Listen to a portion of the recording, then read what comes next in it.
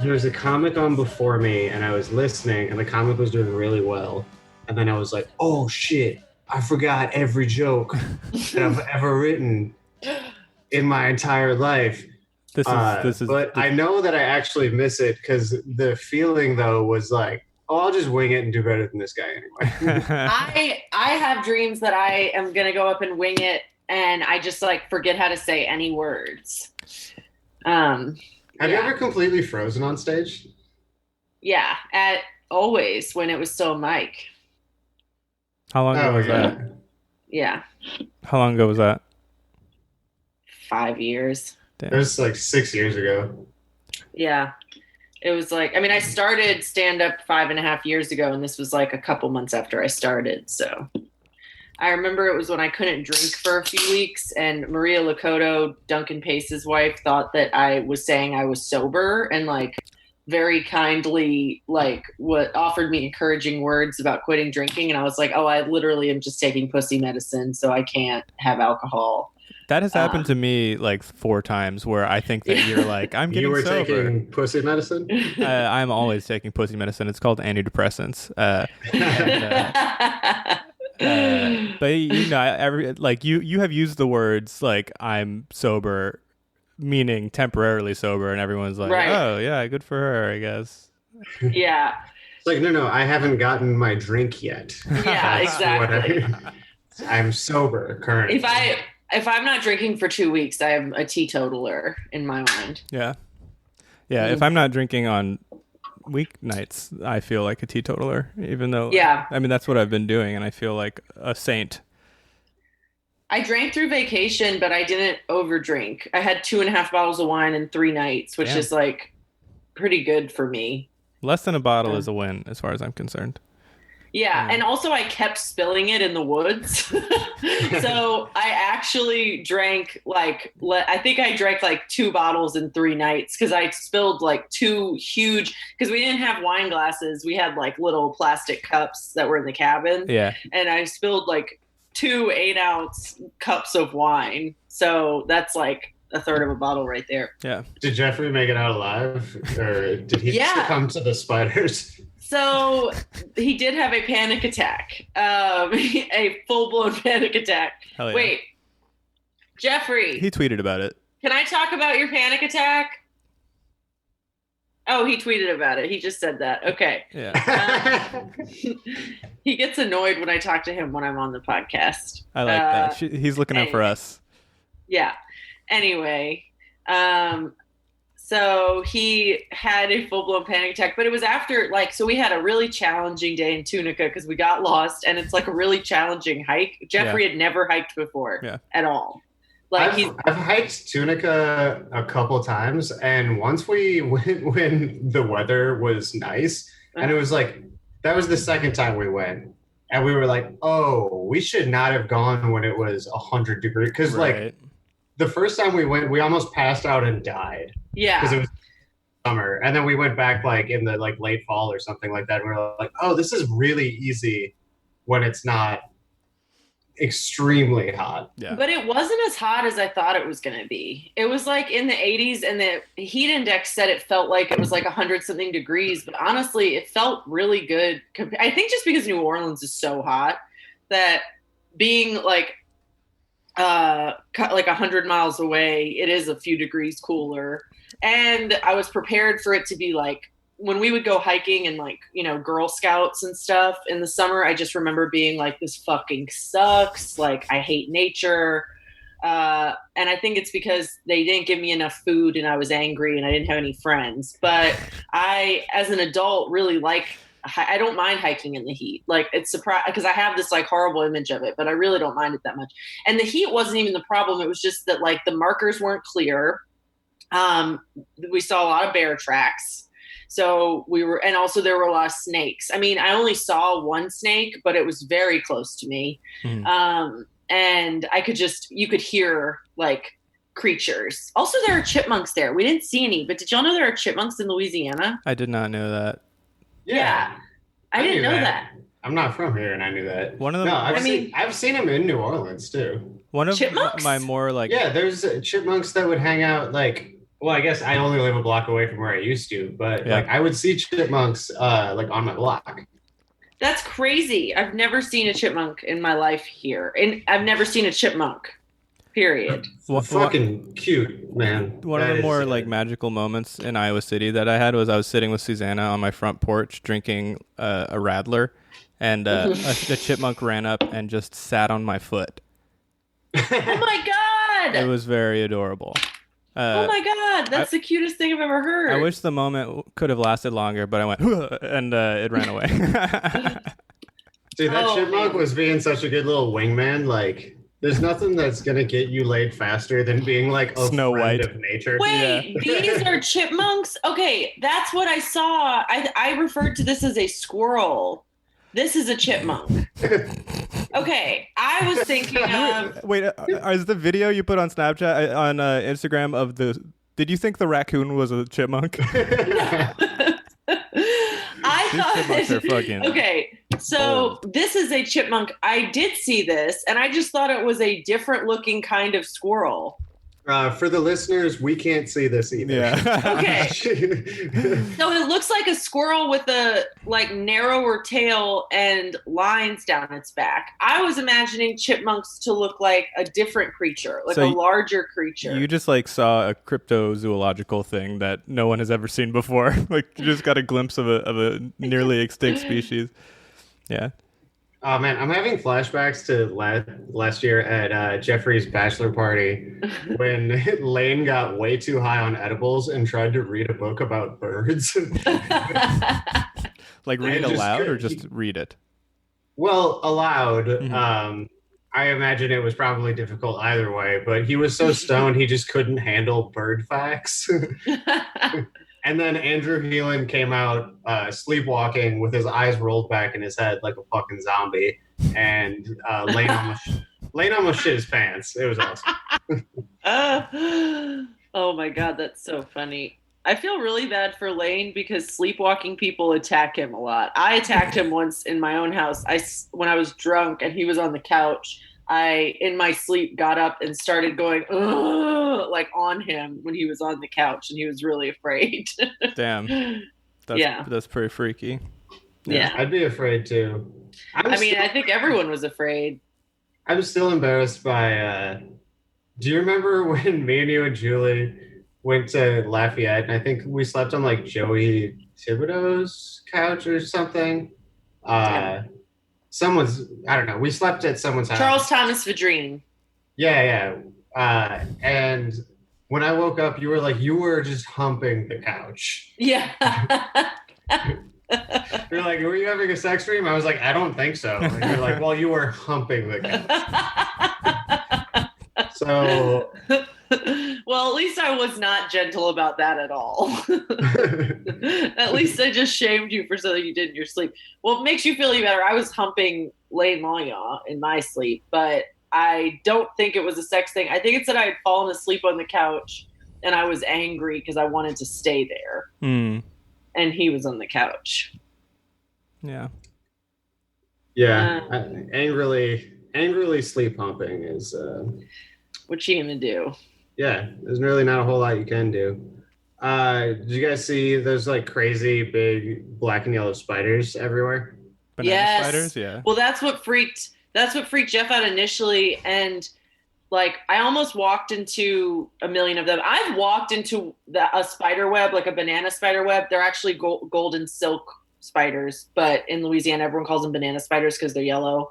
But banana spiders are a different real thing that's very poisonous, I think. Anyway, the point is there's these giant spiders just everywhere, and they room together. Like there's like a million on one web. I don't know why they cohabitate. So there's these giant creepy spiders, and it was rainy. So and Jeff couldn't wear his glasses because of the rain. So he already is like blind, and we just kept on walking into spiders, and he's so terrified, but he's like making it. And then we get to this bridge that crosses over the Tickfaw River. And even it's an extremely sturdy bridge, but Jeff can't swim and he's afraid of heights. Mm-hmm. So those two things, after all the spiders, I like walked halfway through the bridge because he thought maybe if he saw me walk on it, he'd be okay. And then I get to the middle of the bridge and he just falls to his knees and he is just like white as a ghost. And he like couldn't see. He kind of like, anyway, it was bad. He had like a full blown panic attack.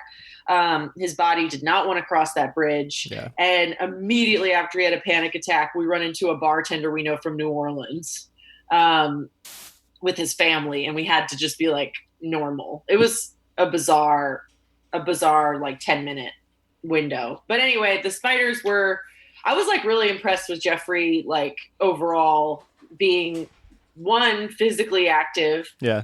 Two, because he like doesn't do much physical activity and always complains about it. And this was the first time that he did something like physically strenuous. Because Tickfall has some like steep hikes, you know, like there's most of it's flat, but there are parts of the trail where you're uphill for a while. And then going downhill is less like strenuous, but it's scary because it's muddy, so you can like slip. So you're using your thigh muscles to like not fall. Anyway, so he like did that no problem, and then he felt better, and I was like, see, exercise makes you feel good. But anyway, it was really fun.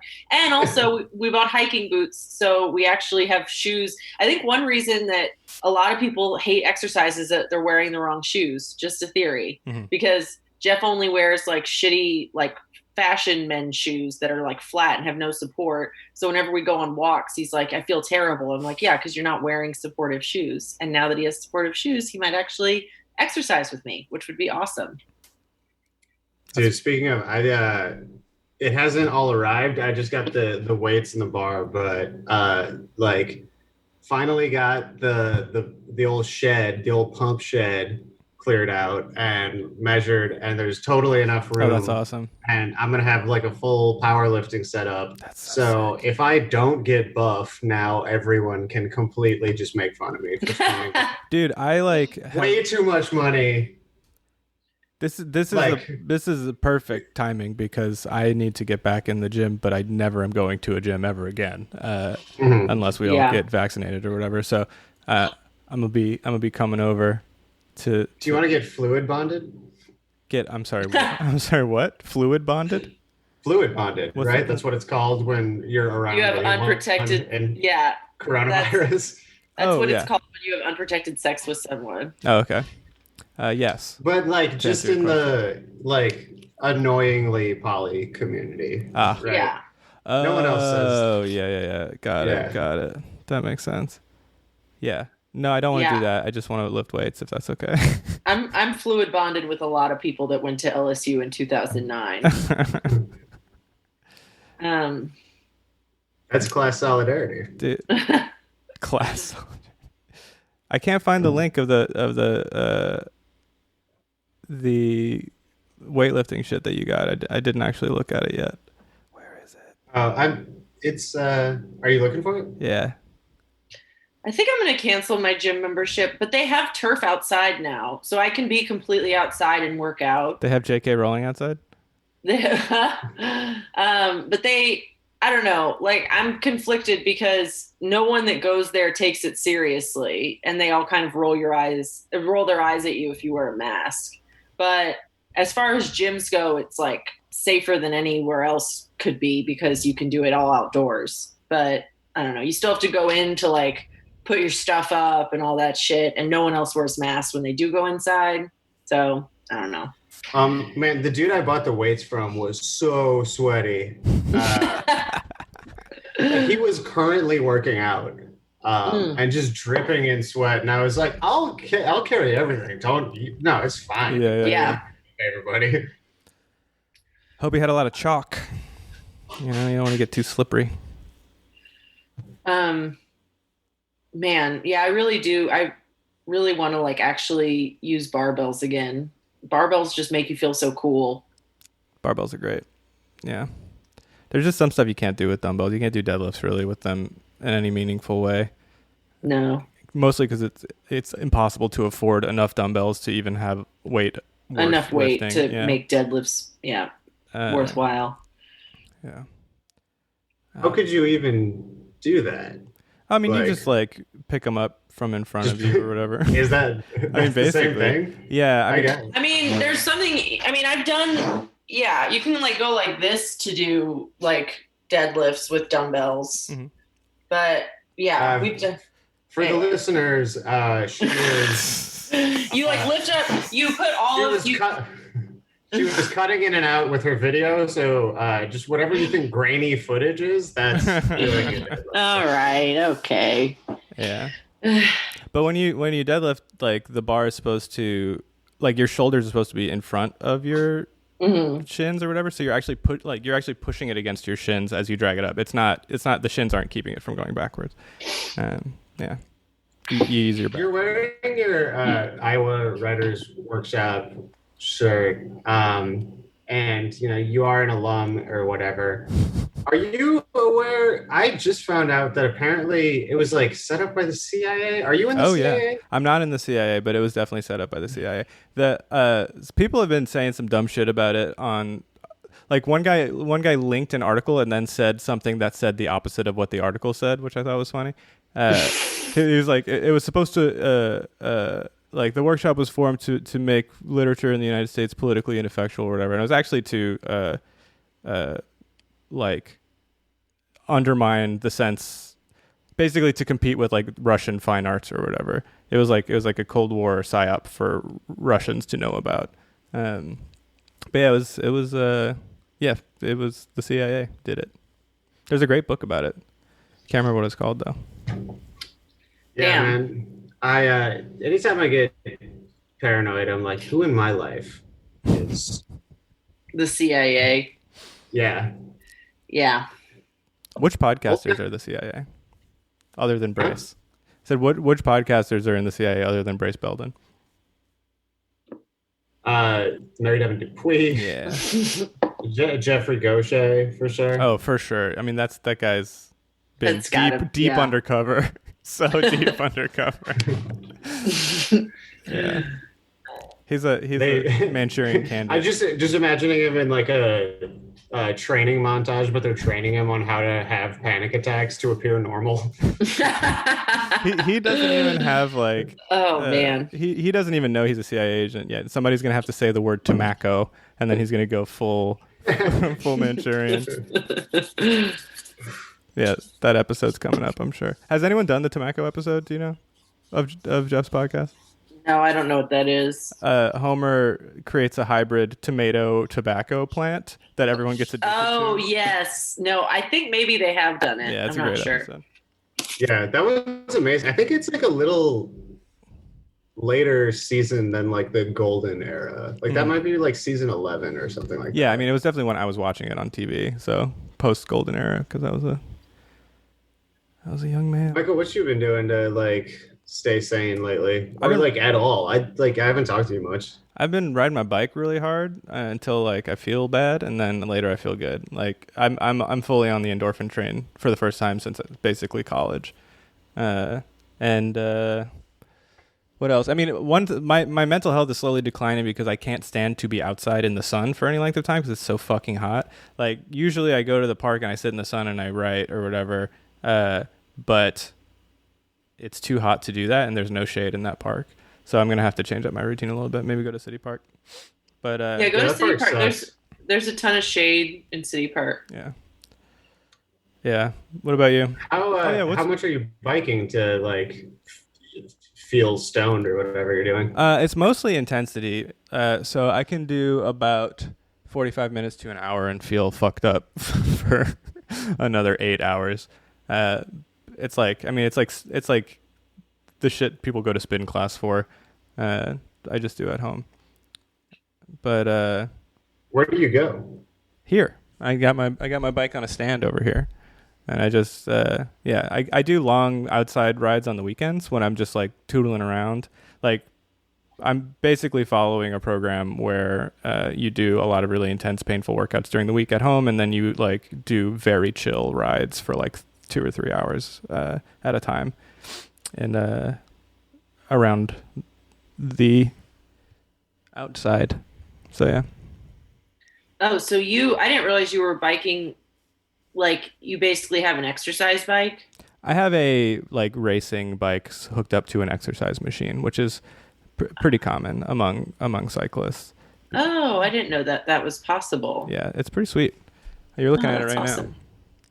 now. But yeah, my goal is to enter the first races that open up, as long as it's like post. Actually, my goal is to enter races eventually, but I'm gonna wait until COVID is not a factor. Although, I mean, is it really that unsafe to do races? Yeah, because all of the strategy of bike racing is staying very close behind people so that you don't have to cut through the wind.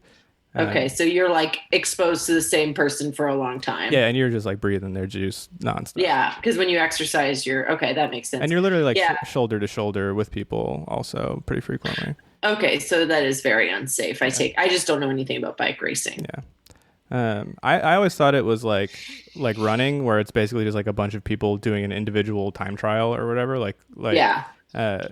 But like in a big group. But it's really, that's what I thought. Yeah, it's really you can do like half of the effort of the person in front of you if they're in the wind and you're not, which over like an hour makes a huge fucking difference.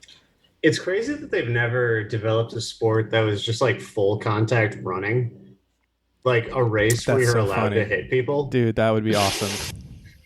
How is that not a sport? That seems like one of the first that would have gotten invented. Isn't that? I mean, that's similar to many sports, though. They just added a ball and like a field. But okay, fuck it. There's no ball. There's just like 30 guys, and they got to get to the other side, and you're just allowed to do whatever. What kind of distance are we talking about? I'd say like 1,000 yards. 1,000 yards. So yeah, okay. Like 10 football fields. I would resort to insults to make up for my lack of physical prowess. You would just destroy people psychologically. Yeah, that's what I would do. I would just as soon as someone had pushed me down to the ground, I would say something that would convince them to kill themselves instantly. Yeah. Yeah. The first fatality in the history of the sport is you talking someone into killing themselves.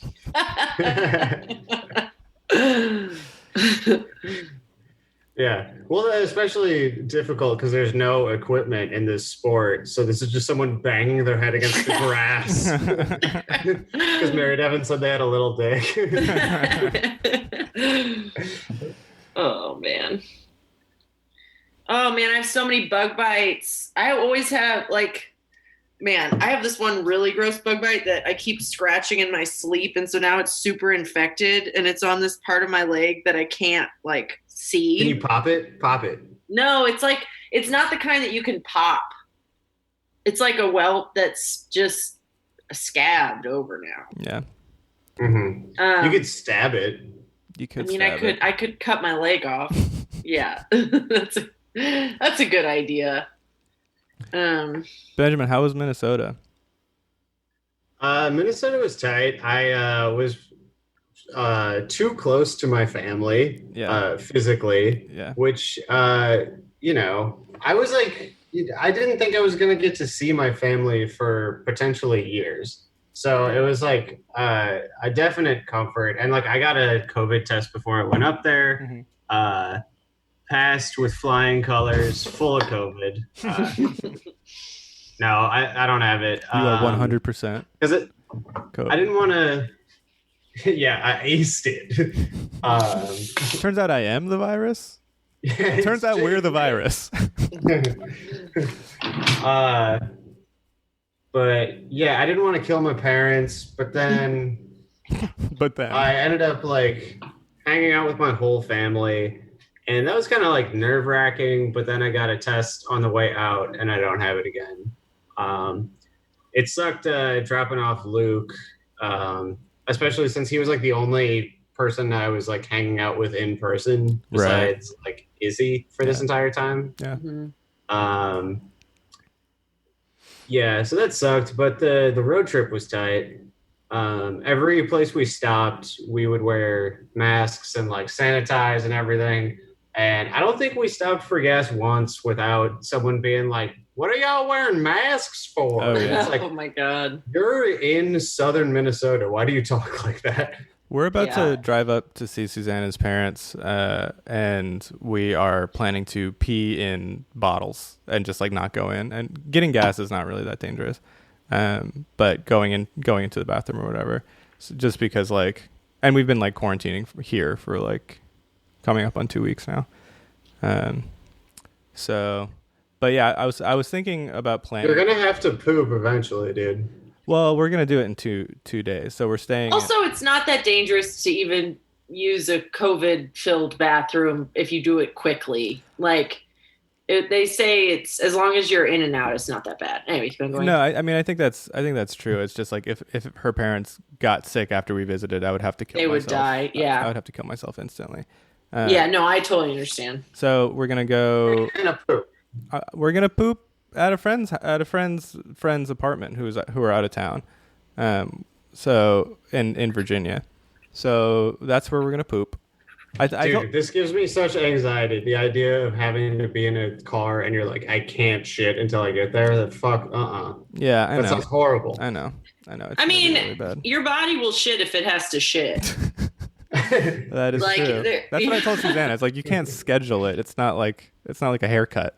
Yeah, you're gonna shit yourself if you really have to. Have y'all ever shit yourselves? A tiny. Well, I mean, what timeline are we talking about? As babies? No. Shut up.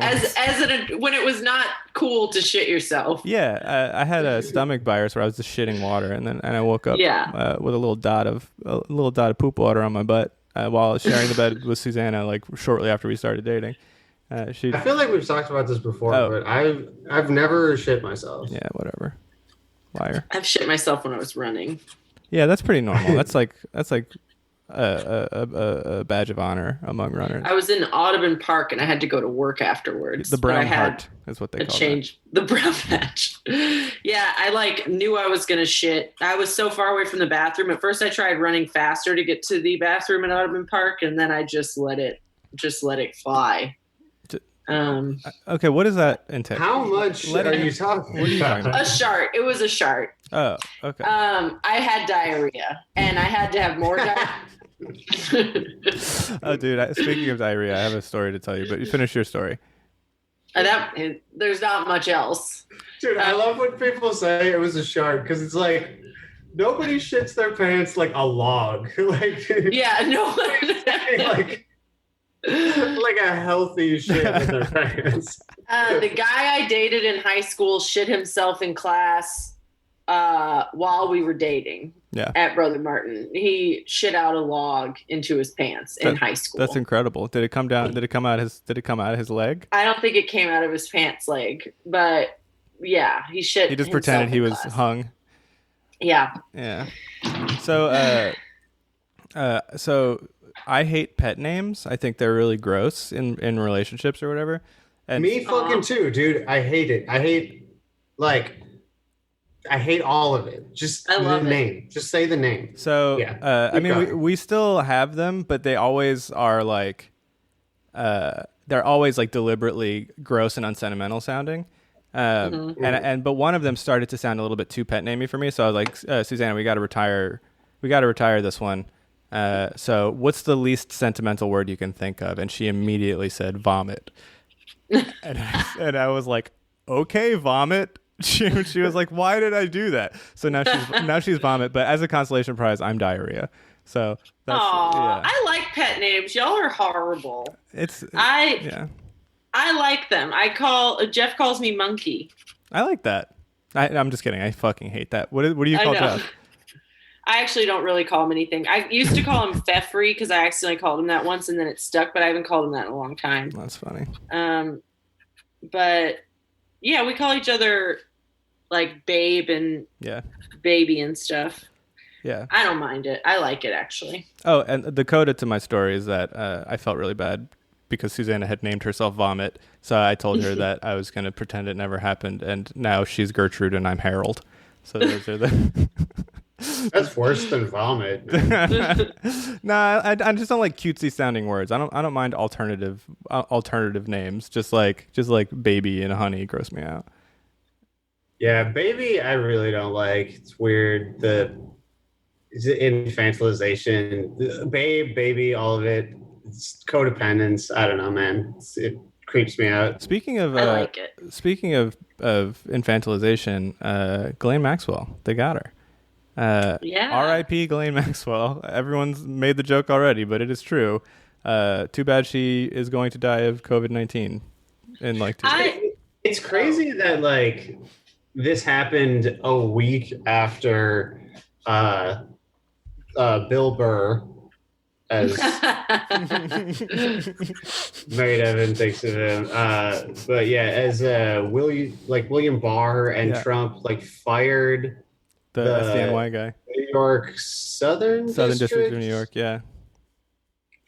I mean, like the person that was investigating all of this, and then that guy went out of his way to make sure that it was like his successor who took the reins rather than this person that they wanted it to be. Mm-hmm. And then immediately they just happen to know where Ghislaine is now. Right.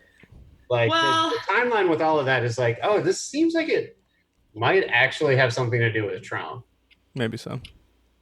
I have no idea, but it also is weird. I don't know. It seems like maybe they won't kill her, and maybe this is like all a agreement that she gets to like live if she, I don't know, gives up certain information. Yeah, I mean, she's facing like decades in prison for sure. It's weird though, because it's like, you know, the whole not getting her thing, because I'm sure they knew where she was. Mm-hmm. Yeah. Oh, sure. Like the whole not getting her thing, if you like buy into what's probably the truth, that it's like a bunch of extremely influential, wealthy, powerful people protecting each other, is that you don't want her to give anyone up. Right. Or so maybe they're like, okay, here are the people we're willing to sacrifice, you give them up. Right. Yeah, that's what I'm saying. Like I have no idea, but it just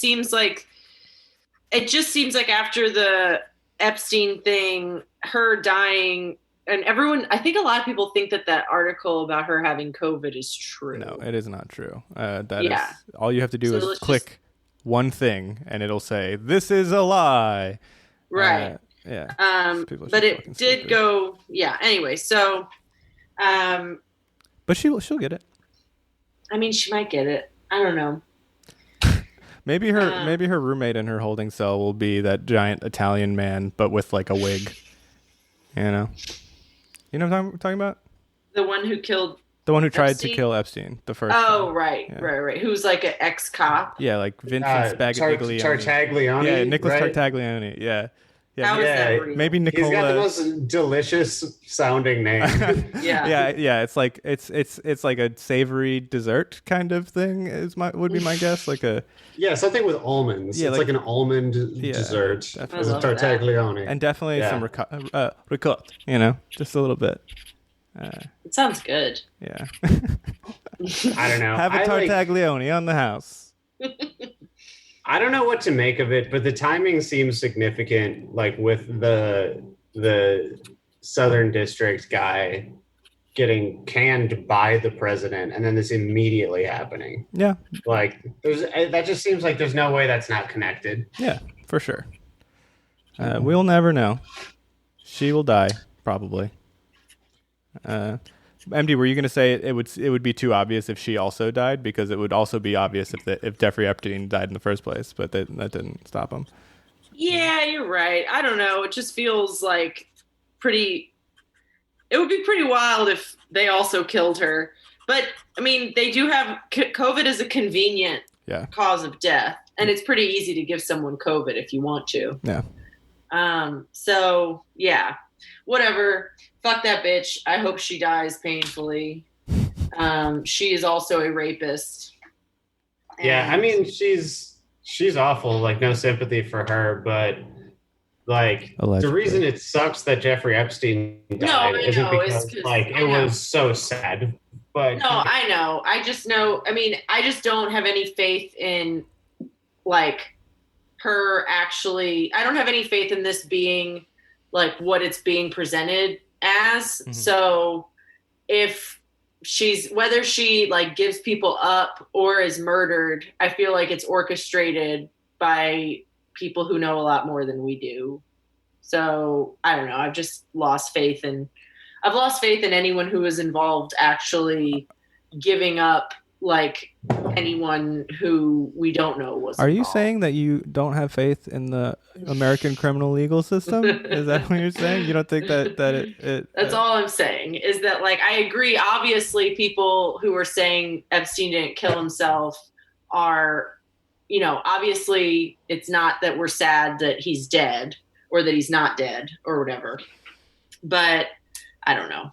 I'm sad that he's dead. I think he could have turned it around. Yeah, you don't believe in restorative justice? Yeah, right? come on, MD. I will say, the conversation around restorative justice, everyone is like, we're not talking about Epstein or Ghislaine Maxwell. Mm-hmm. Obviously, I do think that there is a threshold of power, and there's a certain type of criminal that, like, even in the most restorative justice, like, universe, still should be murdered. But like I think like when people are talking about, you don't actually think that, do you? No, not should be murdered. Yeah. But I do think that like I don't know. I don't think anyone should actually be murdered. But there are people who you cannot rehabilitate statistically, probably, is what you're saying. Maybe. I don't even know if I believe that. The point is, I was trying to say something else, and I was just trying to transition from the Epstein-Ghislaine Maxwell thing.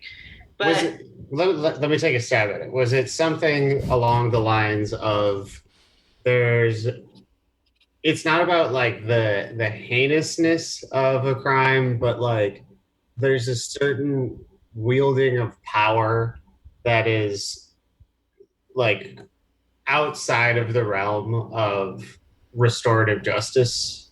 I think that might have been what I was saying, but that wasn't the crux of what I wanted to say. The crux of what I wanted to say was that everyone's like learning about abolition, mm-hmm. and everyone's learning about abolition, but also being like, arrest the cops who killed mostly Breonna Taylor, but right. other people. And it's like, yes, okay, I understand the idea that like, if Black people are being murdered by cops, and if like people are going to prison for whether they did it or not, nothing, you know what I mean? Like some people literally nothing, some people crimes that are nothing. And even so, like, obviously if you have that going on and cops are above the law that they enforce, like it makes sense that it would be bad to start the call for abolition with cops that murdered right. a Black woman in her sleep. Exactly. The first people who get sentenced to a community circle should not be cops who murder someone. No, but I also think that like I read an article about Amber Geiger, who killed Botham Jean, about how you shouldn't be calling for her. I mean, it was from an abolitionist, and right. It was a Black abolitionist writing it, mm-hmm. who was like, we shouldn't be calling for her imprisonment if we want to free people. And this was before this current uprising. This was in right. 2016. So, but it was applied, that article's logic was applied to Breonna Taylor, saying, if you are an abolitionist, you shouldn't be calling for the cops to be arrested. And while I understand that, like, you know, we're not going to abolish jails, prisons, and policing overnight. So while they exist, I do think that it would be like the closest thing to justice would be seeing them charged with right. her murder for right. sure. And I agree with that. But I also think that we should be careful in memeing that without being very clear about, like, you know what I'm saying? Like, you have to be very clear about what you're saying when you say that, because like abolition does mean even the really bad guys, even the murderers. I think cops. Primarily what people want is an official acknowledgement that it happened. Period. Yeah. And the only like way that happens is through like conviction. Yeah. I mean, I agree. The fact that these people are still like roaming the streets right. with guns. Yeah, they need to be. Yeah, they need to be arrested. Yeah. I agree with that. I just like. It's a bit of a sticky wicket, isn't it? Mm-hmm. Ruth Wilson Gilmore talks about this. I mean, she's like, one of the like go-to figures for like abolitionist thought. And she talks specifically about like this dilemma of like arresting killer cops. Right. And I think I mean, I hopefully I'm not misrepresenting this, but from what I've gotten is like, she's like, yeah, that's still kind of a step in the right direction.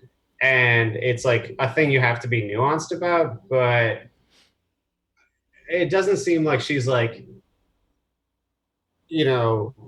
acting or thinks that people should act from the place where like we've already accomplished an abolitionist world. Right. Totally.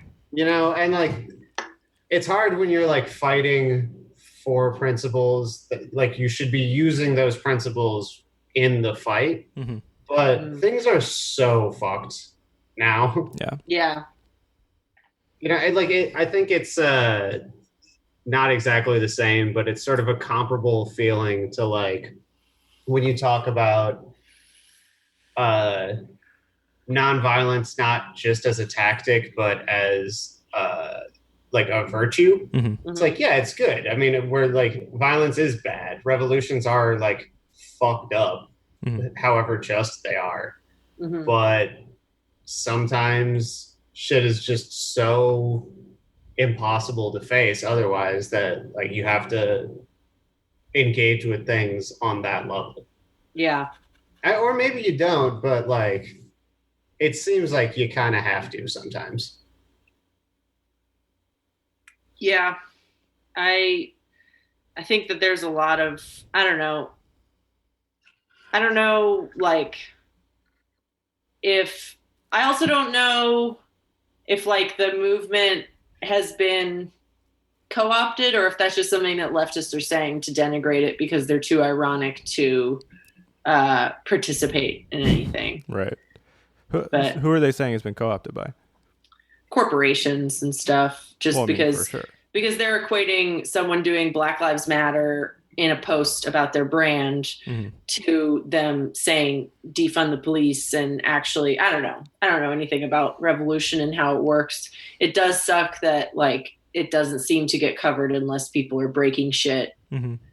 Because there's still protests happening all over the place. How was the one that you went to on Wednesday, Benjamin?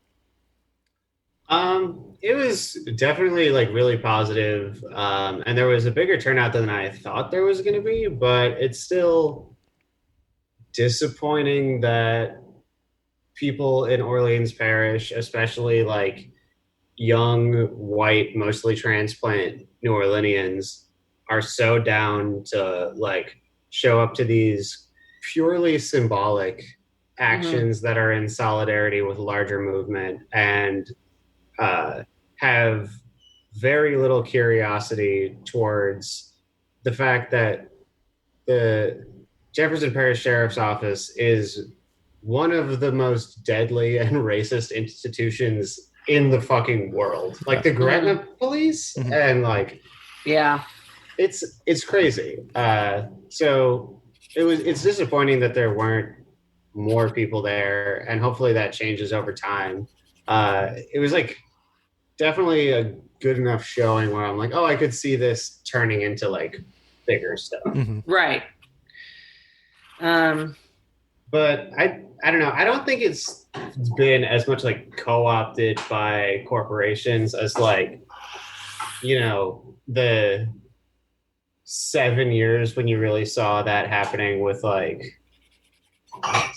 Pride presented by MasterCard or whatever. Right. Yeah. Like it's not quite at like that level.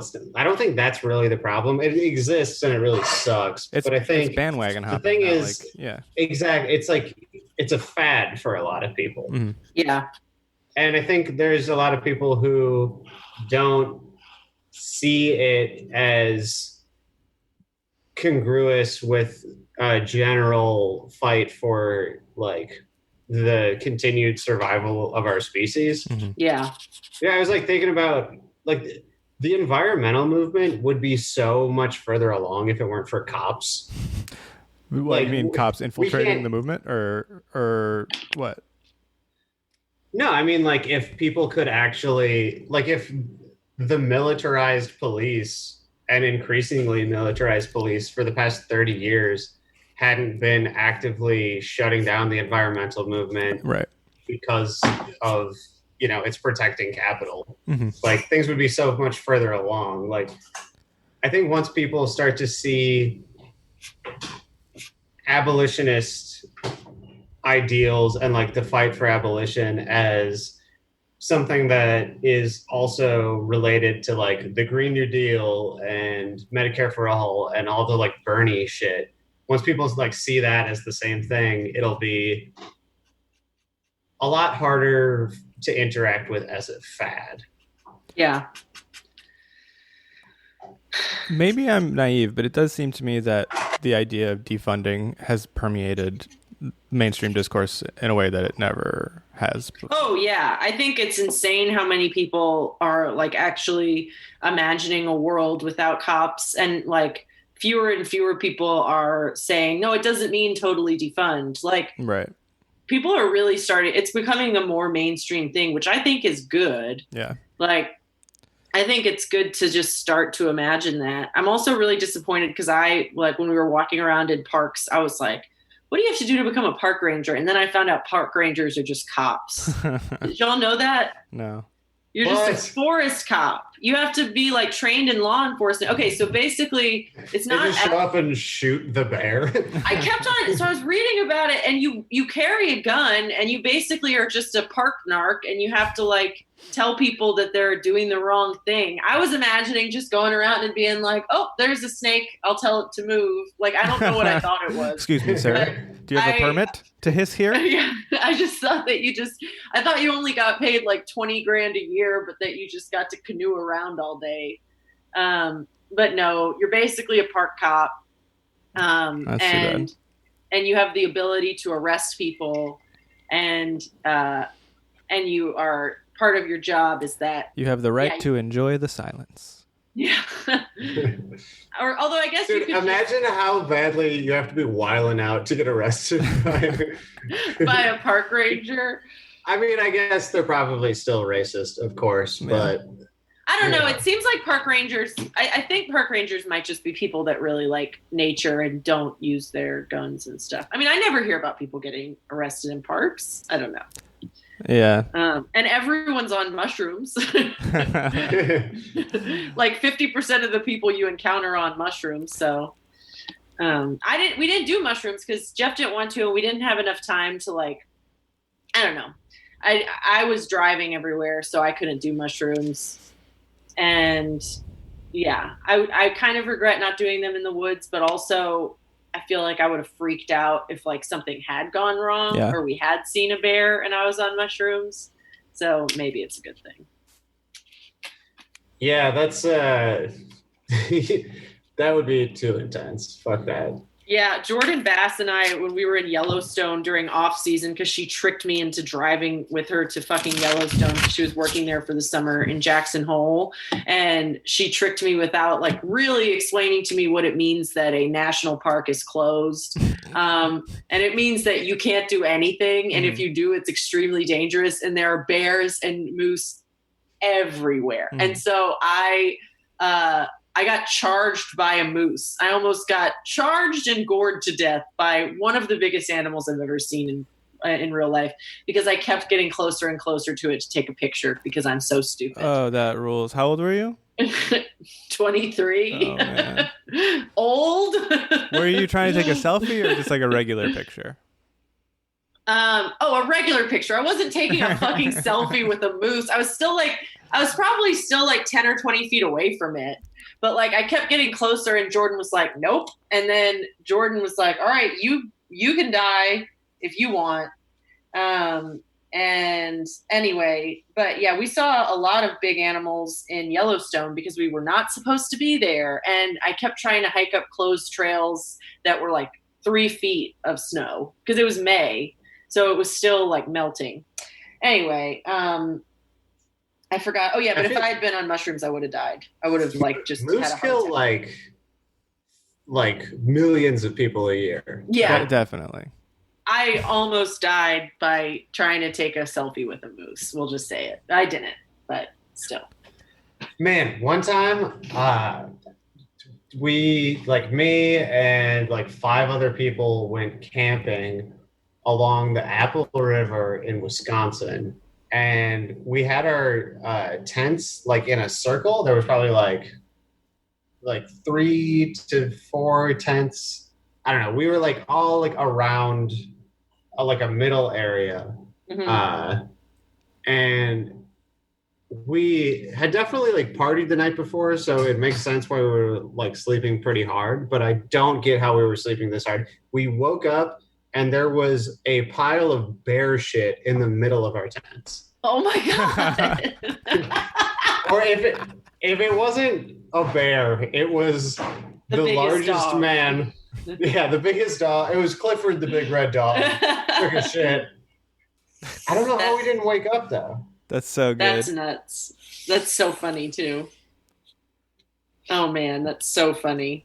Oh, there was another time too. Me and Izzy went camping at Fontainebleau, and we had just started dating, and we were like in the tent, and we were like, "What the fuck is that noise? Oh shit, there's a noise out there. Like there's something out there. Oh shit!" And we were like getting all scared, and I had a little like Swiss Army knife thing, and like we were hearing more of it, and then I pulled out the knife, but we were totally naked, and I unzipped the tent as quick as I could, which is the least masculine thing you can do, is unzip a tent, and like stepped out into the night, like sweaty from being in a hot tent, holding a Swiss Army knife. And I was like, who the fuck is there? And there was like, do you have any cans that need opening, or perhaps bottles? Do you have a hangnail I can cut with these little scissors? Wait, who was it?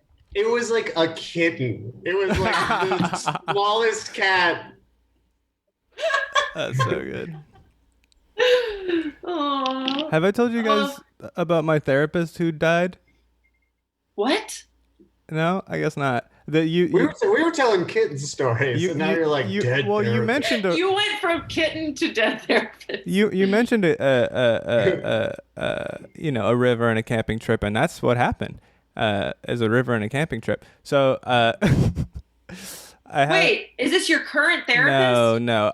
And also, my first ever therapist died of cancer. So if another one of my therapists dies, I'm going to be the number one suspect because I've had 2 dead therapists. Stop murdering your therapist. Yeah. Is it did the CIA make you do it? Yeah, she knows too much about what makes me horny. But yeah, so I had this. It turns out it's ass. Yeah, not to speak ill of the dead, but I had this terrible therapist who I hold partially responsible for the dissolution of my relationship, one of my relationships. But he fired me because he's like, "You're fine," and then later said you were good. Yeah. He said that I was good. So no one needs. Yeah, everyone knows you're deeply fucked up. Yeah. So anyway, I had a friend in grad school who also had this guy and was fired by him. And this guy is old, or he was probably in his late 40s, probably like early 50s at this time, and just the most soft-spoken, sweetest person. He like taught Tai Chi classes. Like that's how sweet this man was. And so I was like, I don't remember where I was, but I got a call from this guy. He had my number, but he had never called me before, never texted me before. And so I picked up, and I thought like something was horribly wrong because like you get a phone call from someone that you never talk to, you would just immediately assume that someone's dead, right? Or is that just me? Do you do that? Yeah, absolutely. Anyway, and I picked up and I was like, "Hey, what's wrong?" And he was like, "Well, have you checked the paper?" And I was like, "No, I don't read the paper because I'm a normal person and you're old." And he was like, "Well, this guy drowned in a camping trip. And then what happened was my friend started laughing. And we both just laughed for a while. Not because we're happy the guy's dead, but it was just like so fucking weird because he had also had a horrible experience with this guy. And I can't overstate how nice this guy is. And like we really had this moment of just like, well, I guess he can't like be terrible to anyone else. I don't know. Yeah. But it was like, but his kids were there. It's just dark. It's just fucked up. Ooh, that's dark. And really dark. Yeah. He just like stepped into the river and was never seen again. Holy shit. Yeah. You can't be.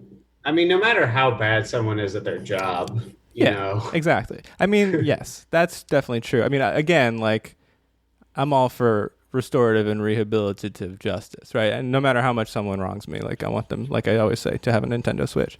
But there is like when your job is people's mental health and you do a bad job, like that is a level of fucking up that you can do a lot more damage than like, you know, if you're bad at painting a house, you know. Right. Yeah. Which is why I would never be a therapist. Wait, have I told you guys about when they were painting our old place? How bad they did at that? Did they make you want to kill yourself? Well, that was unrelated.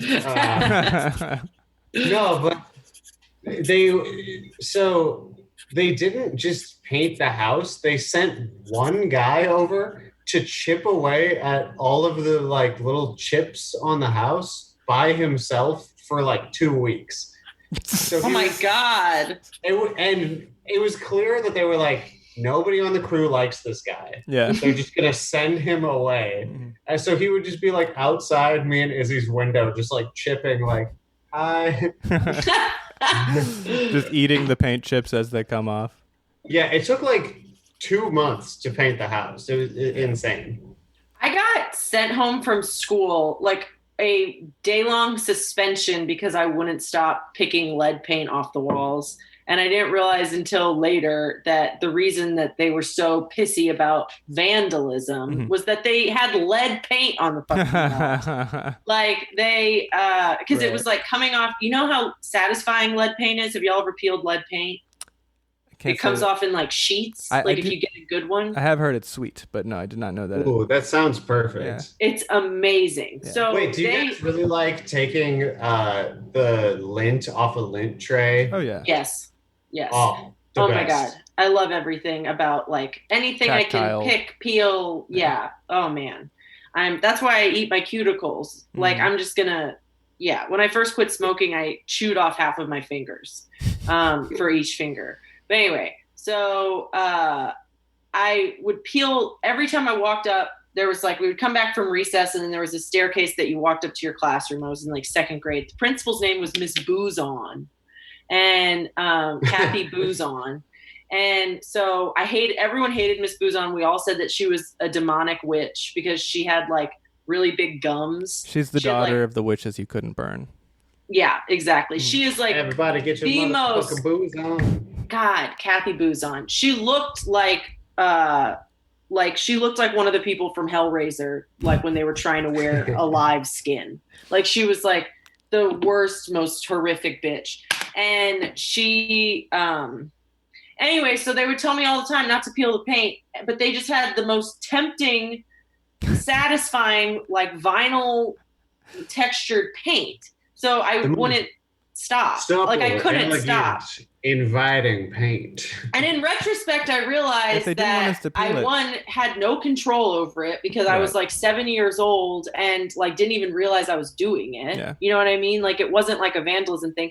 And two, it was their fault all along. They should have like not had lead paint in the school. Anyway, I think it was lead paint. It was like that kind of paint that when you peel it, a whole sheet comes off and then it's like rubbery and you can like roll it up. Like latex paint to me.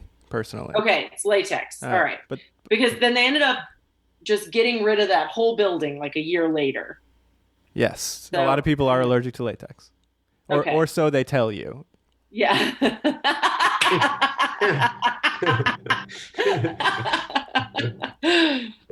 and nobody fucked in that school ever again. Oh man. All right. Well, that was one of those stories that had nothing to do with anything that I just had to tell. Oh, that's good. I needed to get off the topic of my dead therapist. Okay. Yeah. I just noticed because of DSA stuff that my name on the Zoom chat has my pronouns in it, just in case the podcast was wondering. Oh, yeah. It's he, him. Dude, the most infuriating thing is now that it's trendy to do pronouns, people... I was in this bullshit workshop for my job, which basically was just like the completely worthless CEO of my job getting someone else to start a conversation that she's too cowardly to have with her own employees about like COVID and shit. But it was like this online workshop that was like 17 different schools and one organization was organizing it, and we had breakout groups. So basically it was like you talk to some stupid bitch in another state who uses a lot of words like in community with, and like she says nothing and makes you fill out a PDF that no one will ever read that says how you want to arrive to the work and all this fucking bullshit. And sounds like a difficult dialogue. Fill out our pronouns. But she was like, it's optional if you want to put your pronouns. It's like, so that's worse than not having it. Because the whole point of pronouns is to be like, hey, even though I'm cis, right, and you, that's obvious, I identify as she, her. This is a thing that should become normal because not everyone who looks cis or looks trans to you identifies as the gender that you think. If you just say it's optional, then you're only going to have the people who already feel othered by being trans being like, by the way, I'm she, her. I just wanted to make myself more of a freak for these people who didn't bother. Like, it's like, fuck you, fuck you, fuck you. Just don't do it. Like, it's one workshop. It's just so pathetic to me when people do something halfway. Yeah. It's like, because doing it halfway is often more harmful than just not doing it at all. Well, yeah, because then it puts the pressure on the people you're trying to take pressure off of. Yeah, exactly. It's like, it's the dumbest shit in the world to not explain why we are at why that, or it's one thing to be like, you don't have to put your pronouns, like we won't make you leave this workshop, but the reason we're asking is like, even that, like the reason we're saying this, and then at least guilt people into being like, well, then you just don't want to make trans and gender nonconforming people feel comfortable. Anyway, so I finally added my pronouns to my Twitter bio because I didn't for a long time because people made fun of it as like a hollow virtue signaling gesture. But I actually think it's important. Like, I think it is good to normalize doing that. Yeah, I agree. Yeah. You have inspired me to do it myself. Oh, good. Yeah. Yeah, I think we should all do that because, I mean, gender is like, it's going to be, it's not going anywhere. It's just going to get more complicated. Gender's not going anywhere. Gender's not going anywhere. I found something that confused me online about gender, and I think of myself as like someone who understands a lot about gender, but like someone was like, don't assume people's gender based on their pronouns. Okay. Yeah. So like it was regarding their partner who was trans masculine and goes by he, him, but doesn't identify as a man. Gotcha. So it's another thing to look out for. Yeah. And then once we all get vaccinated, that's going to do all kind of stuff to our gender. So, you know, that's what I've been reading. Yeah, my uncle said that. Wait, what? No, I'm kidding. Sorry. Oh, yeah. I would have believed that people thought that. We got yelled at. I mean, I'm sure people think that 100%. Yeah. But we got yelled at in the park for not wearing masks by a lady wearing masks. From 50 feet away, no one near us. She was like, you know, you should really be wearing a mask. Do something for your community. It's important. And like, I just hit her with a thumbs up and kept walking. And Susanna was like, I hate getting yelled at. And which I didn't. It took me like a mile of walking before I stopped being annoyed. And I kept thinking of comebacks in my head, such as, I'm sorry, I can't hear you from 50 feet away. Could you speak up a little bit? It was really fucking it's like... Also, and she was coming out of the park, this linear park along the river or whatever. Mm-hmm. No one wearing masks. Everyone social distancing. No one wearing masks. Like, did she just fucking yell at everyone? There's no point in wearing a mask outside. Like, it's worse to, I think, wear a mask outside because if it's all sweaty. It depends on where the fuck. Yeah, I mean, if you're in close proximity to people, I think it's fine to wear a mask. I mean, I think it makes sense to wear a mask outside. Of course, for like the protests, but when you're in a park where you're supposed to be socially distant, or at the beach where like you're supposed to just basically have a bigger than 6 foot, I don't know, like no one's getting it that way. Right. Like that's not. Dude, they're opening the pool near my house for like appointment, lap swim, and water aerobics. Interesting. And I fucking love the pool. That's totally safe. You can't get COVID in a pool.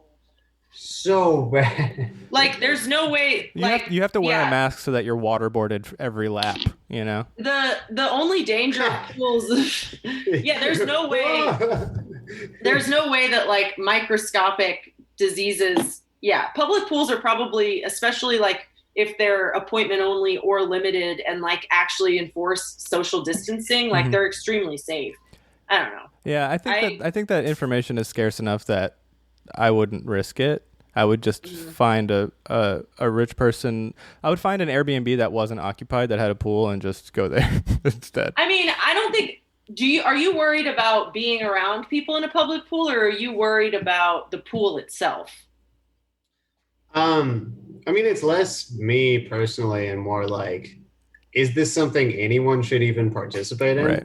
It's like the same thing as like getting takeout now. It's like, I still don't do that. And it's not because I'm worried about it. It's that like, I don't think that should be happening. Yeah.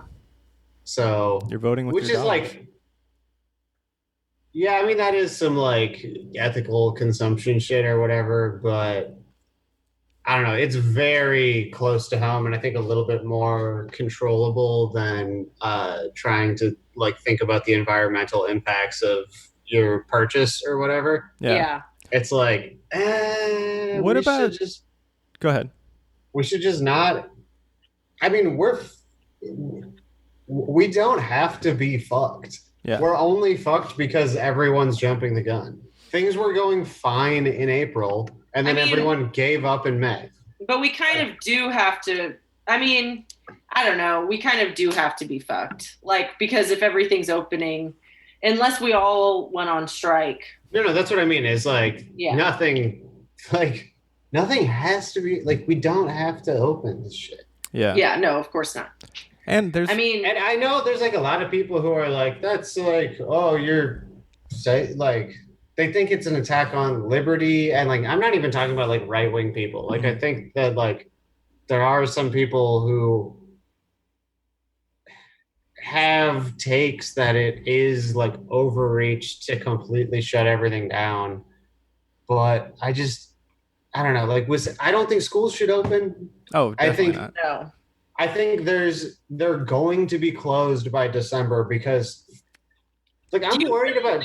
I'm worried you're gonna die. Like, yeah, I know. I think once we reopen, though, even if I die, like, even if a lot of people die, I think they're just gonna keep closing and reopening until they figure out a sustainable. Not like, when everyone. There's gonna be like so many cases of like, oh, everyone in this whole school got fucking coronavirus. Yeah. No, I mean, it's going to be awful, but like you have these people, I mean, it's infuriating. It makes me really upset. I got really upset to the CEO of the school, and she very passive aggressively was like, oh, it was so nice of you to do meal service when you're so afraid of getting COVID. And I was like, well, I actually know that being outside is way less risky than being in a school, where I was like, I feel like you're going by CDC guidelines, and I don't trust CDC guidelines. Like, I think that they're motivated by economic interests, and they like, it makes no sense. Like, the phase 3 for the CDC is like the same. It's like, it's basically like, go have a party, but don't spit in each other's mouths. You know what I mean? It's like, that's nothing. Sorry, Paul. Like, if you can have 50 fucking people in a room together and they're asking us, and they say that only third graders and up are required to wear masks. We literally have an entire campus of second grade and under. That's where I work.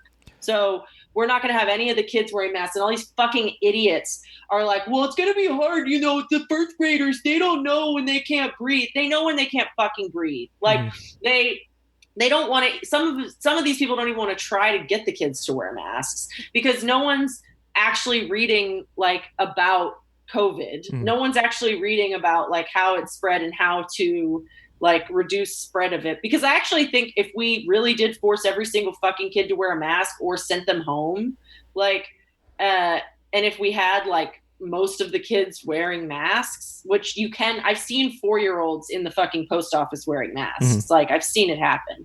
Oh yeah, dude. Also, I go ahead. Kinseiko's all the time, and there's always like parents with kids that have masks. Yeah, you also don't need 100% participation for masks to fucking work, right? Like, no, if you had 80% of the kids wearing masks, then we would have a lot less sickness and death. Right. I'd still be afraid, but like we're not even going to try it. Right. And when people start talking about this, they end up talking themselves out of anything that makes sense because it's hard. Right. So it's insane too, and it's like one of those things where it's like actually you can kind of throw money at this problem and help it, and it will be better if you're just like, we're going to hire more teachers, which is already a thing that should exist. Right. So that way teachers only have to be around like 9 to 12 kids or whatever. Right. That wouldn't be like suicide, but I just feel like the whole country is like, oh, we're committing suicide. Like we're just gonna sacrifice whole communities for this. It's so fucking it's insane. Also going to disproportionately harm low-income kids because a disproportionate amount of low-income kids have elderly caretakers. So it's going to just kill all their fucking caretakers. Yeah. Yeah, I am like... but the thing is, the caretakers are the ones that want the kids to go back to school. That's why it gets politically murky and why I hate online so much because... You know, I've said this online, and I know that y'all know this, but it is also frustrating on the flip side to see people characterizing anyone who is pushing for reopening, like you said, Benjamin, like they're not all right-wing freedom people. Right. Like a lot of these, and also I fucking am so sick of seeing the social, emotional health of children. It's like, you know what? I don't care if a kid grows up to like, I don't know, not be able to come with another human being as long as I get to survive. I'm sorry. Like I would rather kids grow up a little, like this year of kids grow up a little bit fucked in the fucking head than die at work. Yeah. Like also acting like people that are born now aren't born into a world of just guaranteed trauma their whole lives is ridiculous. Like where global warming is still fucking happening. Everyone kind of forgot that we're in a fucked world. Like, kids are fucked. Kids are absolutely fucked. The only way that we're going to make this better is to not have all of their parents die. Like, yeah. I mean, I'm also considering quitting, like, very strongly. But I mean, I don't want to, and it's scary because of job security stuff. But I don't know. I don't want to get it, and I am definitely going to have to quit. Like, I don't know. There's like personal stuff that if things went a certain way, I would have to quit work. Yeah.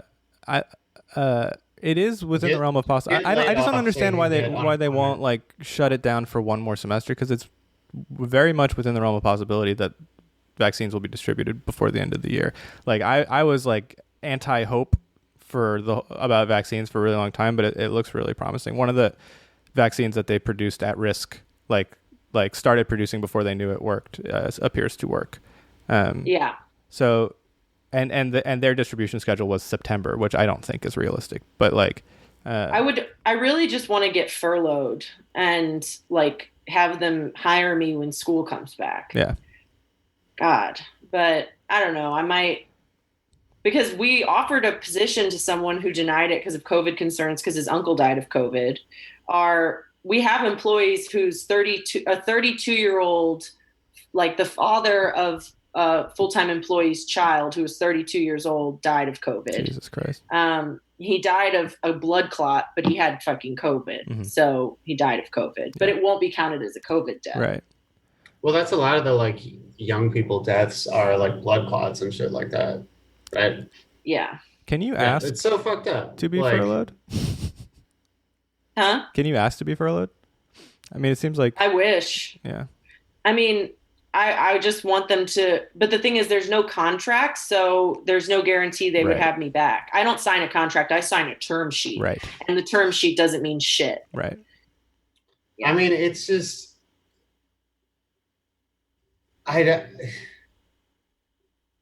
people should just burn stuff down. Like it's crazy. It's like, capitalism already makes it very normal to just ask people to walk into the meat grinder. Yeah. Yeah. But this is like, they took away the like Temple Grandin little blinders, and they're like, look, everyone's walking into the meat grinder, go. Yeah. That's fucking crazy. That's why I have so much trouble understanding why it's a political issue. I know I shouldn't have trouble, but like, I'm just so afraid of getting sick that on a visceral level, like I understand, I think I've probably already said this here. I don't know. I say the same things every day because I don't, anyway, whatever. But like most political stuff, I get why people are like, I hate abortion. I love my guns. Like, I get it. Like, I've been close enough to people that had those ideologies and lived in Louisiana my whole life. And it like makes sense how people come to that point where they feel passionately about that stuff the way I feel the opposite about my stuff. Right.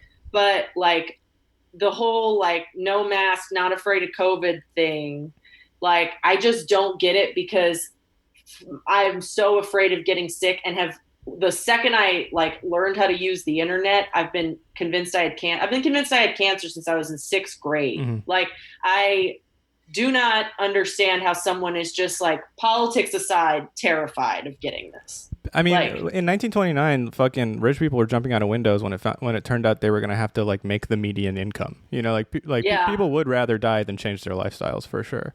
That's insane. And so they just astroturf these reopening movements.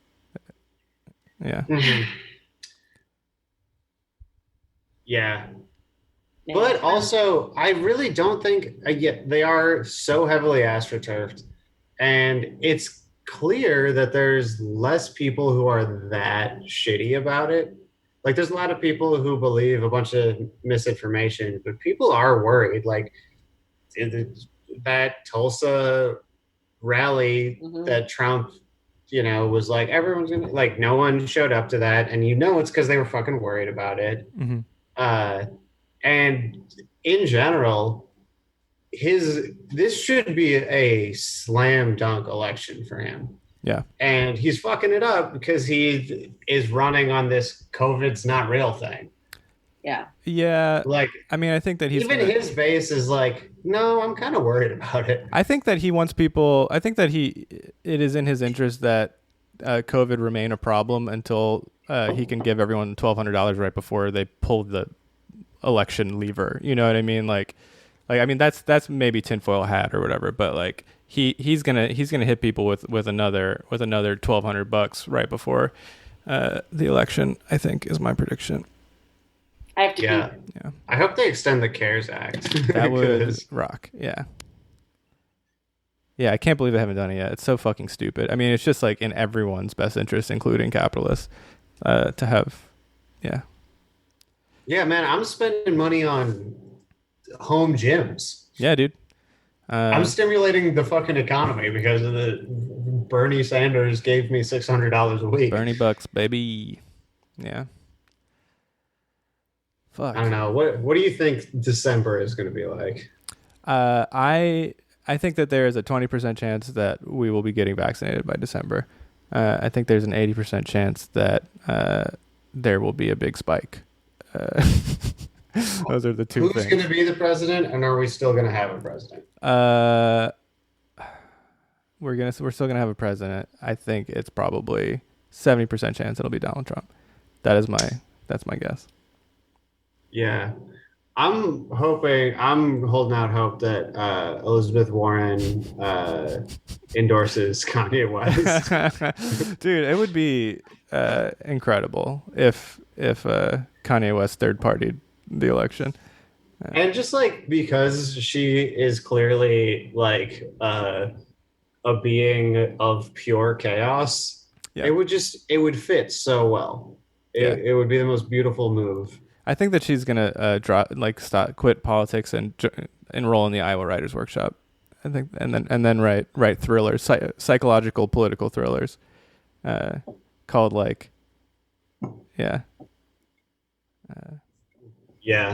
Barney or Bust.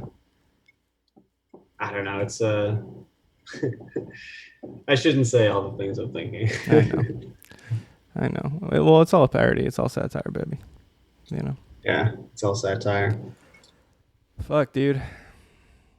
You want to go for a bike ride sometime? Yeah, it's gonna have to wait until I come back from New York, which will be 2 weeks from Wednesday, or around there. Can we record while you're out there? I think so. The audio quality will be a little shittier, but I think it'll be fine. Yeah, we're talking. You're not gonna lug your whole setup? It's really not that much, actually. I might do it. Yeah, I'm just like sure that I'll forget like one cable.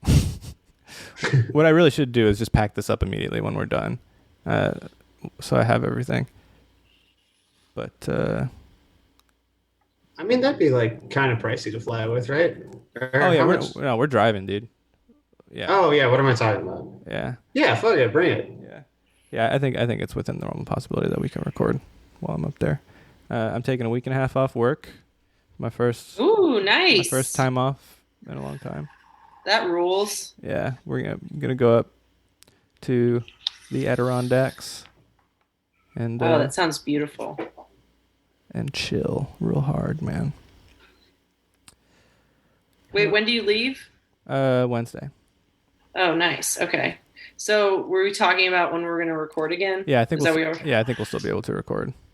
Okay. Well, if you end up not wanting to, you're the one who it's inconveniencing usually when we reschedule, so you can reschedule last minute.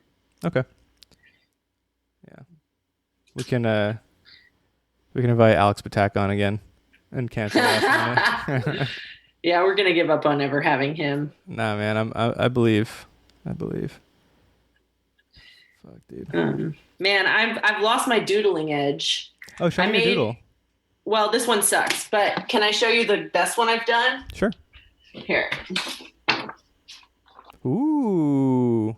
Isn't that pretty? Hell yeah, dude. So was this one of the ones that you did while podcasting? No. Well, I think I started it while podcasting, but it took like 6 hours. Oh, I believe it. Yeah. It took a long time, and it was like it got very deliberate. I broke my rule about like not thinking it through. Show Benjamin. This was the best doodle I did. And then it's very like, it was like I used all of the marker ink in the pack and it took like forever. But after that, I lost my edge and now I suck at it. But yeah, like this doodle sucked. And I started on the back and it also sucks. So, never give up. I think that you're getting too in your head about your doodles, man. I think so. Well, also it's because you have to, it's very wasteful. Because you have to buy like a whole pack of Sharpies and then one good doodle, they're gone. Damn. It's Sharpies? Yeah. Oh, man. I know that we've talked. I know that you've mentioned it before, but that must really be bad for your brain, dude. I love it. It is great. You're like, am I achieving nirvana or am I stoned on Sharpie juice? I think I'm a little stoned on Sharpie juice, but in the grand scheme of things, I think it's fine. You're going to be jeweling Sharpie flavored pods in no time. Yeah. Man, are Sharpies really bad for you? I don't know. We can look it up. I doubt it. Yeah. What's it smell like? Grape? Sharpie. Shoot. Yeah. Where'd you go, Benjamin? Did you pee? I peed, yeah. Out of my dick. Okay. When we were talking about Lane getting high and reading bird facts, I was trying to think of something to say about their pussies is their ass. But there wasn't a right moment for it. I can't even say it with a straight face. Are you the first person to describe a cloaca that way? No. I mean, I'm sure someone has. I've never heard it put that way before, but their pussy is their ass. Their pussies is their ass. Their pussies is their ass. That's good. Did y'all see the thing that was So a caption of a cat in a bodega with its ass up on the on something. What was it? I don't know, but they were like, not the cussy. They referred to a cat pussy as a cussy. I did see that. Yeah, that was amazing. That's very good. Not the cussy on the sunflower seeds. That's what it was. Yeah. Whoa! Speaking of the cussy, Jacques is in a box. Hell yeah! Do you hear that? Yeah. What is he doing? Let's see. I know no one can see this. I'll describe it vividly. Jacques. What's he doing? I can't see him. I can't see either. I wonder if you could turn on the flashlight while you're... For everyone listening, a cat has stuck his head out of a box. Pretty big stuff. He's looking around. It's like he's reenacting his birth. All right. Should we talk about Kanye running for president, or should we end it? We could talk about Kanye running for president. I think we should talk about it a little bit, and then we got some time. Yeah, wow, we've been recording for 2 hours. I've got hour and a half. 1:25. We started late. Yeah, that's right. So we're good. So Kanye's running for president. He can't get on the ballot in several key states, such as New York, which is unfortunate because that would have been awesome. Why can't he get on the ballot? It's too late. It's too late. Kanye failed to anticipate his own run for president, I guess. Man. I mean, when you're an artist, you do constantly surprise yourself. So I think that this is just more of that. I mean, if I wasn't for sure gonna vote for Bernie, I'd be like, yeah, fuck it, I'm voting for Kanye. This is the most black-pilled election. Yeah. We're talking, I think a lot of people have concerns about Trump being an even worse type of, old school fascist in his second term or whatever. Right. And I guess if I was in a swing state, I would take that under consideration. Yeah. But right. As bad as it is to be intentionally accelerationist, sometimes reality is just accelerating. Mm-hmm. And I think you would have to weigh how horrible Trump would be with how complacent Joe Biden would make people feel. Right. Yep. And that's a really dark calculation because the people on the end of that are affected most are the most vulnerable people on earth. Mm-hmm. Right. But I think if you think that's an easy choice, you're really not giving enough weight to how serious of a problem it is to have the Democrats in the current state they're in take power and, completely keep sailing the ship directly into the sun and then make everyone feel a little bit better about it. That's No, I completely understand that. I'm voting for Biden so I can win Twitter arguments with Simone Sanders. That's my main. I don't know what I'm doing. I said I wasn't going to vote for Biden. I still kind of feel like I won't vote for Biden because I think what Benjamin's saying is very true. But I also understand the whole. I mean, I don't think Biden's going to win regardless. That's why I just don't think it matters what I do in Louisiana. Mm-hmm. And if I do vote for Biden, it's just because I guess I definitely think it would be better for Biden to win than Trump to win at this point, but only because the one good thing about I know that Benjamin's going to get annoyed with the idea that we can push people left. And I don't really think that we can, but I do think a lot of people that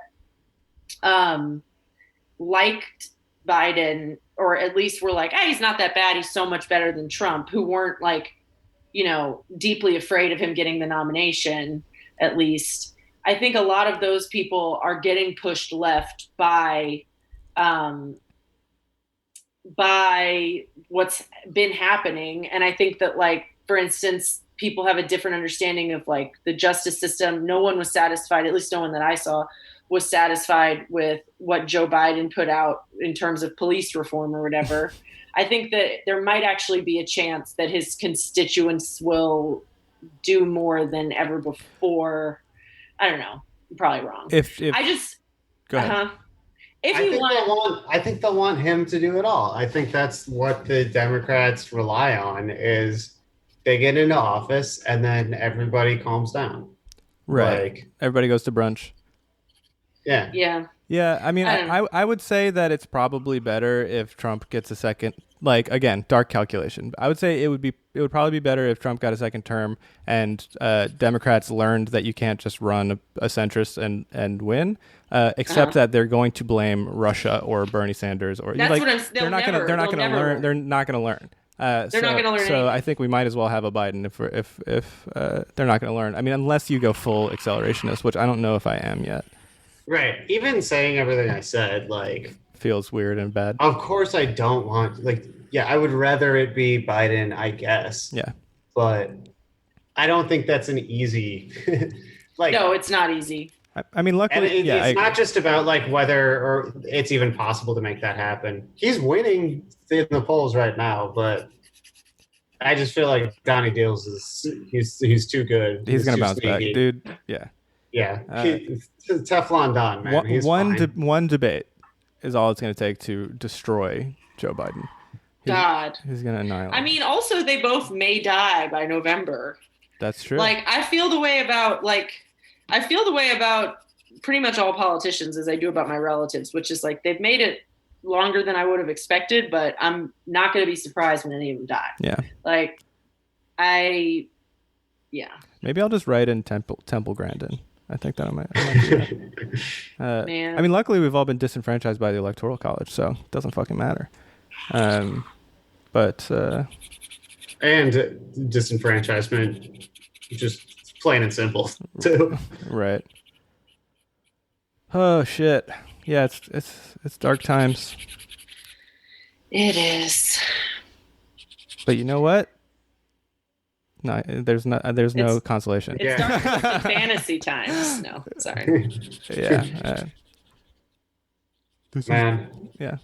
That album's so good. It is really good. What album? Kanye's My Beautiful Dark Twisted Fantasy. Yeah. Whatever. He is, I mean, objectively a genius. I think he's bipolar, and sometimes bipolar people do and say really stupid shit. But I think Manic Episodes produce some great art. Whether or not he's a genius, he's an amazing musician and easily the most influential musician of the century thus far. No, I'm not saying he's like a four-dimensional chess guy. I'm not saying that he's a genius in any way other than musically, but I think he's yeah. Okay, that's fair. Yeah. I think I hate Kim Kardashian more than I hate Kanye West. Damn, bold take. Huh? I said bold take. Yeah. And it's for sexist reasons. I just hate women. Yeah. So. And you're a Coca-Cola person, so you can't love the Kardashians, period. Is she Pepsi? I mean, didn't Britney Spears did Pepsi? No, the handing the Pepsi to a cop. Which Kardashian was that? Oh, that was Kourtney? One of the little ones. One of the little ones. Yeah. I like the idea that there are genuinely 2 foot tall Kardashians. I mean, that family is so. The only one I like is, y'all don't know, I've only seen clips of the show, and I think I might have watched full episodes with friends that were into it when it first came out. But anyway, the only Kardashian I like is Kourtney, who's the one that has no expression in her voice. Mm-hmm. She just talks like this, and she'll be like, Kim, I think you look like a stupid bitch. You look like you're wearing a bunch of Band-Aids, and she's just she seems like she has the least desire to get famous. She's had the least plastic surgery of anyone. Mm-hmm. She's the most normal. And I frankly don't blame people who I kind of feel bad if you're born into a family that's already reality TV show stars. Yeah. It's you don't have, I know people aren't that keen on feeling bad for rich people right now, but I do feel bad for people that are born into fame and have no choice. You don't get a choice whether or not you're going to be on TV. And I don't know, that sucks. I don't think you should legally be able to make kids be reality TV stars. And I feel bad for the little Kardashians because they were preteens when their sisters, the leper Kardashians. Anyway, but Kim is stupid bitch, and I hate her. So whatever. And it's specifically because. And I also just hate like the idea that it's anti-feminist to criticize someone for getting so much plastic surgery that they've mutilated themselves and risked their lives multiple times to have a body that only makes like impressionable girls feel terrible about themselves. But it's what she wants to do with her body, so it's okay. I frankly don't blame anyone in the public eye for wanting plastic surgery, period. I mean, okay, that's fine, but like she looks like a fucking freak show. Like everyone who's gotten that much plastic surgery looks like a total freak show, and we're supposed to pretend like it's just a different kind of beauty and not a disgusting symptom of like a broken, poisoned culture. Yes. Like it is disgusting to look like that. It's disgusting to have a 50-inch waist and or a 30-inch, or she probably has a 20-inch waist and like a 50-inch ass. Like that doesn't occur in nature for a reason. It's because bodies don't like that. Bodies like need fat here for your organs. You know what I mean? The internet was never meant to be broken, you know? Yeah. Yeah. That's what I'm spending my Bernie bucks on. Anyway. Are you getting a rib taken out so you could stick your dick in your ass even better? You're getting your pelvis removed. So if someone does it, I'm going to surgically get my dick removed from my ass. If someone is stupid enough to think that it's the same thing to criticize a trans woman getting facial feminization surgery as it is to criticize a billionaire getting her ass made 2 inches bigger, then that's on them, not the person criticizing the billionaire. That's all I want to say. I know, of course. Yeah. Yeah. Anyway. That was a good old fashioned MD rant, man. That was like we haven't had one of those in a long time. You've been a lot more measured. I feel better. I was in the woods long enough to recharge and get angry about Kim Kardashian's ass again. Hell yes, dude. Yeah. See, you got to reconnect with Mother Gaia. Yeah. Yeah. I like the idea of you. I mean, this is not what happened at all, but I was going to say, I like the idea of you having a really good mushroom trip and then coming back angrier than ever and being like, I saw the truth and everything sucks. It's the worst. We're all alone. Yeah. Oh, man. We need to do acid soon, Benjamin. Yeah. We should do it before you go into the like COVID pit. Yeah. So before August. I mean, I'm going to be on campus. I don't know what level of comfort you're like okay with, because I'm going to be doing stuff on campus before school opens, but I'm not as worried about like going to campus with adults or like one child. You know what I mean? Mm-hmm. Like, do you think we could wear masks the whole time? I'd rather just be very far apart. Or we don't have to do it if you're not comfortable with it. No, I mean, I want to, but yeah, you know.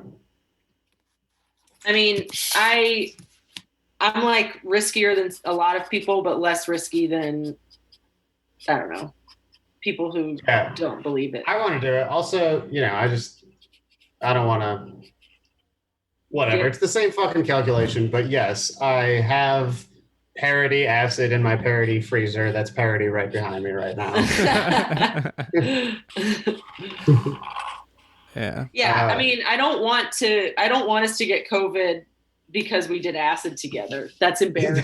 That would be so embarrassing. That would be really embarrassing. So we would have to figure out a way to do it where it was basically impossible to contract COVID from each other. Oh shit. I mean, you know so I've been on acid at Flaming Lips shows a ton of times or whatever. Of course. You know who else has? Wayne Coyne. You know what he has? A giant bubble. That's genius, dude. Oh, yeah. That is genius. You can get that from any church youth group. They have, for some reason, every church youth group has a giant bubble that you walk around hamster wheel? That's so weird. Yeah, I don't know why that is. I guess it's because they are trying to find new ways to not touch when horny. Wait, how do you know that? I just, for some reason, like, I mean, I've done like service hours at like vacation Big Bible same. schools and shit. Yeah. And like, I lived across the street from a Catholic church in Iowa. which was awesome, honestly. Every time me and Susanna got into a really, really bad argument, like the bells would go off every single fucking time. Like right at the end. On the hour. Like a portentous like dong. Yeah. Portentous dong is also my porn name. All right, man. On that note. All right. Thank you for We've listening. been Portentous Dong. This is the Dong Hours. We love you, Kate Root. Thanks for listening. We love you, Kate Root.